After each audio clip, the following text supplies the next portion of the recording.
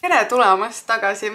Nagu te teate, mul on mingi, ma ei tea, 1,001,000 probleemi olnud viimasel ajal. Küll mu Instagram võeti ära. Mitte muud Instagrami minna jälgima, ma panen selle siia.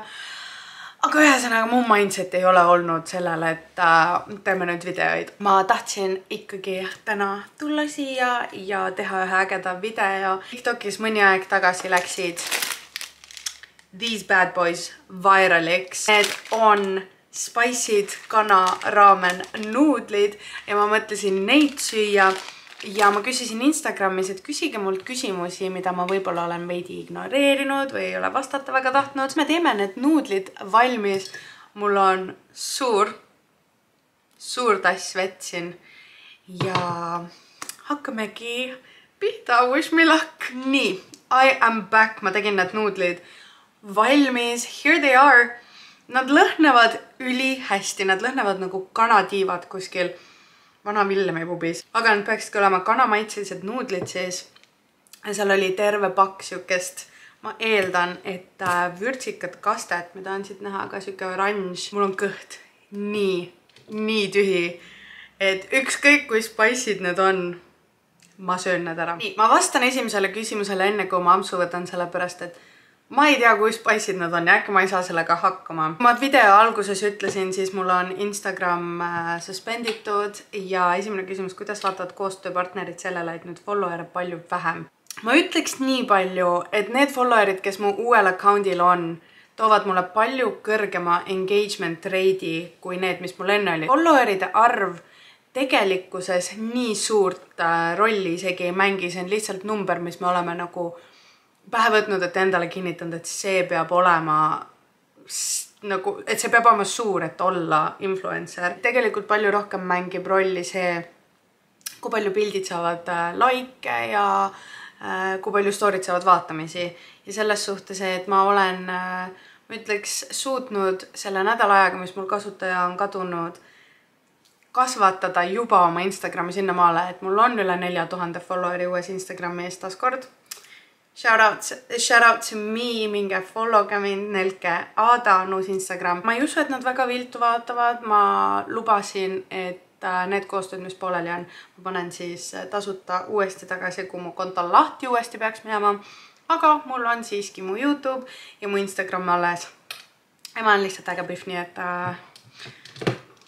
need, kes vaatavad viltu sellele, need ei väärigi minu koostööd. Bon appetit!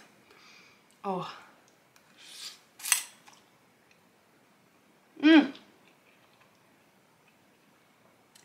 Oja.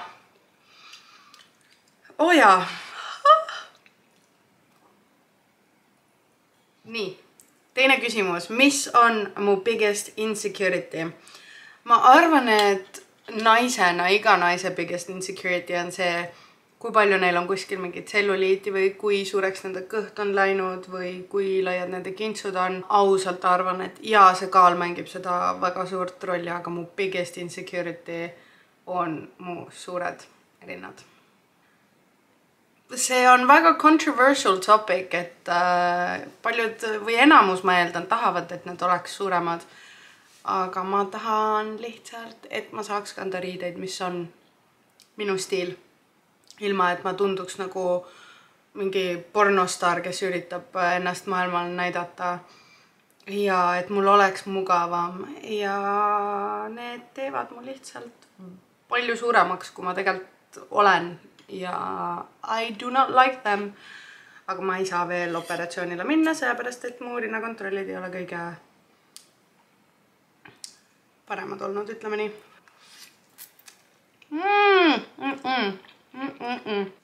Oh man. See kuumus hakkas just üle minema. Nii kui sa võtad uue ampsu peale, tuleb see tagasi ja see aina kasvab. Kas sa oled suhtes? Jaa, ma olen suhtes. See on asi, mida väga paljud kas unustavad või ei tea või arvavad, et ma vahepeal lahku läinud. Ma olen 1,5 aastat suhtes olnud. Ja see on kõige stabiilsem ja õnnelikum suhe, mis mul on olnud kunagi. kõige pikim ka ja selline küsimus, kas sa plaanid kunagi näidata oma meest? Kunagi, võib-olla tõesti, aga ma teen tollipartenit ja ma näitan siis, kui me oleme mingi 7 aastat abielus olnud. Ma ei tunne, et see on teiste asi teda näha.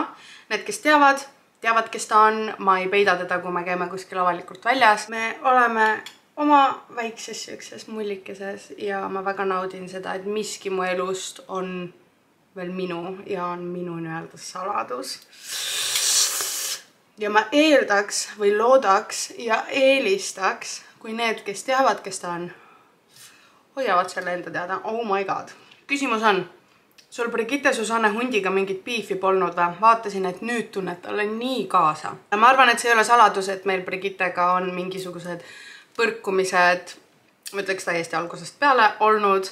Ma isegi ei tea teda nii väga, et mina isiklikult saaks mingisuguse arvamuse temast kohandada.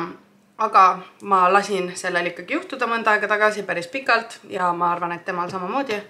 Ja ma otsustasin, et kui me hakkasime podcasti Kuulsuse narrid Madisega tegema, mida saab Skys näha, et ma lähen sinna ilma selle mõtteta, et mul on mingi eelkuvand oma peas temast juba tekkinud. Ja et ma tahan ta saateid vaadata neutraalse külje pealt. Ja ma tegin seda ja ma läksin sinna nendesse saadetesse niimoodi sisse, et ma võtsin nagu inimesena, keda ma ei tea, kellest ma olen kunagi kuulnud. See õnnestus. Mulle väga meeldis, milline ta saates oli. Mõlemas saates, nii tantsusaates kui siis ka vallalises kaunitaris. Ja me hiljuti nägime ühel evendil ja me veits rääkisime ja ta ütles, et it's water under the bridge ja minu poolt samamoodi, et 2023 aastasse ma lähen ilma ühegi halva või negatiivse mõtteta kellegi vastu, keda ma isiklikult isegi nii ei tea. Ütleme nii, et inimesed õpivad, kasvavad, arenevad. Ma tegin seda isiklikult, ma tunnen. Ja mulle ei meeldi, kui negatiivselt see küsimus on häälestatud, et vaatasin, et nüüd tunned talle nii kaasa. See, kui sul on kunagi olnud mingi, ma ei ütleks beef, aga mingisugune probleem kellegagi ei tähenda, et seda ei või ära lahendada ja tema on minu kohta sitast öeld, mina olen tema kohta ja times change. Nagu Seidi ja Silver vihkasid mind ka kunagi ja nüüd nad on mu pestikad. Nii et cheers to no judgment, no hate 2023.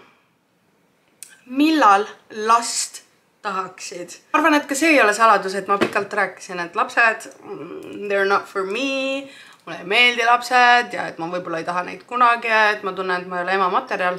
Aga tuleb välja, et need olid the baby pills talking. Ma olin beebipillide peal nii pikalt.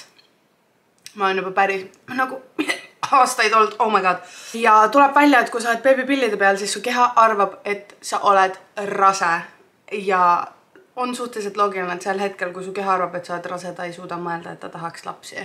Ja ma olin alati see, kes vaidles vastu, et minu mõte ei muutu kunagi, et kui tuleb, siis tuleb, aga et ma ei ole mingi, ma tunnen, et ma ei ole emaks ja bla bla bla. Ja ma ei ütle, et see ei ole osade inimeste tõsi. Et kindlasti on inimesi, kes tunnevad olenemata sellest, kas nad on pillidel või mitte, et nad ei ole emaks loodud või nad ei taha. See on fine. Mina läksin pillide pealt ära ja oh boy, did that change. Ma tahaks ühte pisikest paksude põskedega väikest lapsukest. Mul vahet ei ole, kas poiss või tüdruk. Aga mitte veel. Tahan olla rahaliselt nii secure, kui ma saan olla. Ma tahan, et mul oleks oma korter. Ja ma tahan enne vähemalt kindlasti kihlatud olla, nii et see sõrm on põhjusega ilma tatoveeringuta. Ja ma arvan, et kuskil 30 kõlab päris hästi. Nii et mul on 2,5 aastat veel. Oh my god, nüüd ei ole enam naljakas isegi. Oh my god, mu huuled on täiesti oranžid. Kuidas sa suhtud filtritesse ja mis nendest arvad? Mulle väga meeldivad filtrid, aga see täiesti oleneb ka, missugust sisu ma toodan ja kus ma toodan. Näiteks, kui ma teen Insta story, siis mul on suhteliselt alati seal filtrid peal. Aga ma ka olen ennast näidanud ilma filtriteta, ilma meegita. Tõsine küsimus ja ma ei saa rääkida isegi.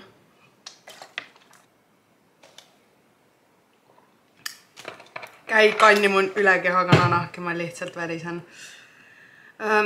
Mul ei ole midagi selle vastu, et inimesed neid kasutavad sinnamaale, kui nad ei muuda täielikult seda, kes nad on. Ma ei tee kunagi oma nina väiksemaks. Ma kunagi tegin seda kogu aeg. Aga ma olen õppinud armastama oma väikest nina.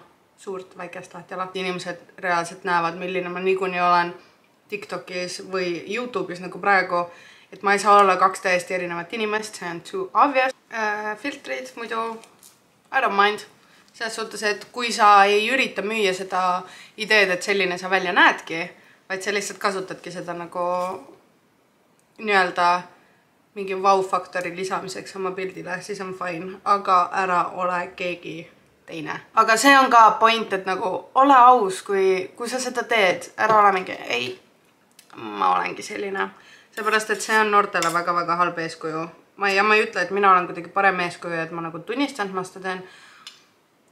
Aga vähemalt nagu see, mida te siin näete, on mina, päriselt mina. Ja ma ütleks, et päriselt mina on ka päris nunnu, nii et mida ma päriselt arvan praegustest tõsielusairedest? Ma olen täiesti aus olnud podcastis, et mida ma arvan, ma ütlen kõik mõtted seal välja, nii halva kui hea.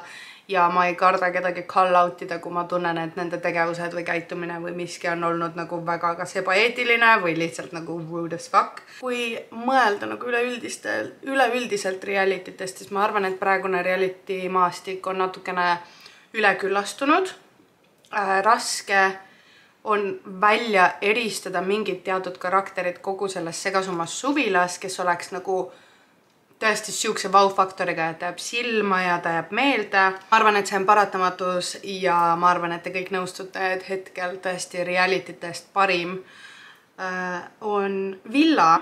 Tõesti on miski, mis on siis kõige ligilähedasem välismaisele reality scenile ja I love it. Nagu kes meist ei tahaks Türgi päikse all olla.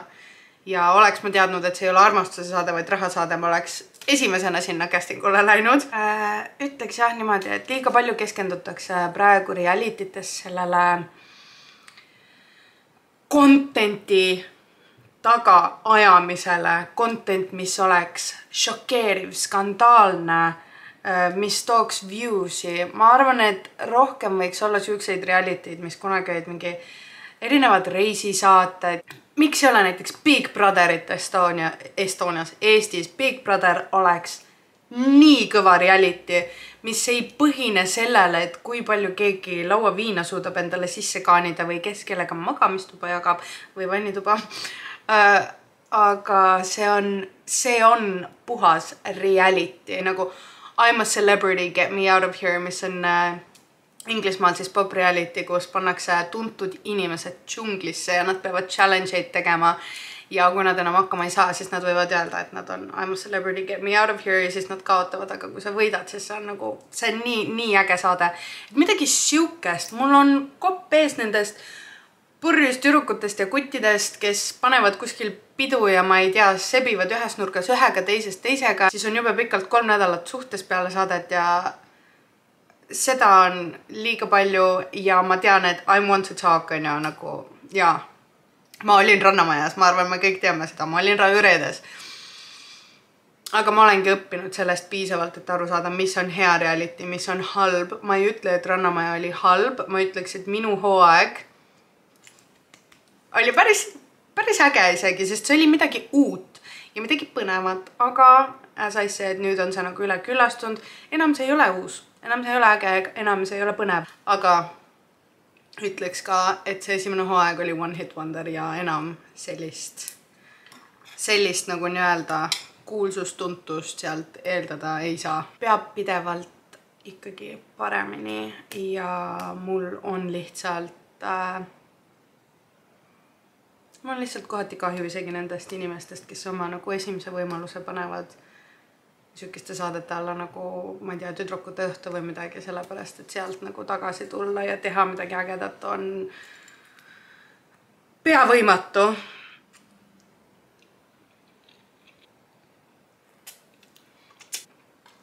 Okei. Aga ma vastan ka viimase küsimuse, sest mu aku vilgub, mul on nuudid kohe otsas. Ja viimane küsimus on, kes on olnud kõige halvem koostööpartner ja miks? Tead, siukseid koostööpartnereid, kes on kuidagi kahtlased olnud, on mitmeid, aga alati on lahenduse saanud. Nii, ma veits laadisin oma masinat, sest ma ei jõudnud lõpuni vastata küsimusele, aga et ma ei tunnegi, et mul oleks nüüd tagasi vaadates olnud halbu koostööpartnereid. Ma olen seda kunagi mõelnud, et mõni on nendest halb olnud, aga ma ütleks, et asi oli lihtsalt minus. Ma ei teadnud oma väärtust, ma ei osanud piisavalt küsida, ma lasin ennast solgutada ja nüüd, kui ma tean, mida mina ootan ja mida koostööpartner ootab, siis on asjad palju ladusamalt läinud. Nuudleid on nii palju alles, ma ei suuda neid lõpuni süüa, ma kardan. Ja küsimused on ka läbi. Aitäh, et vaatasite, aitäh, kui küsisite. Ja näeme juba järgmine kord võib-olla ühe special guestiga.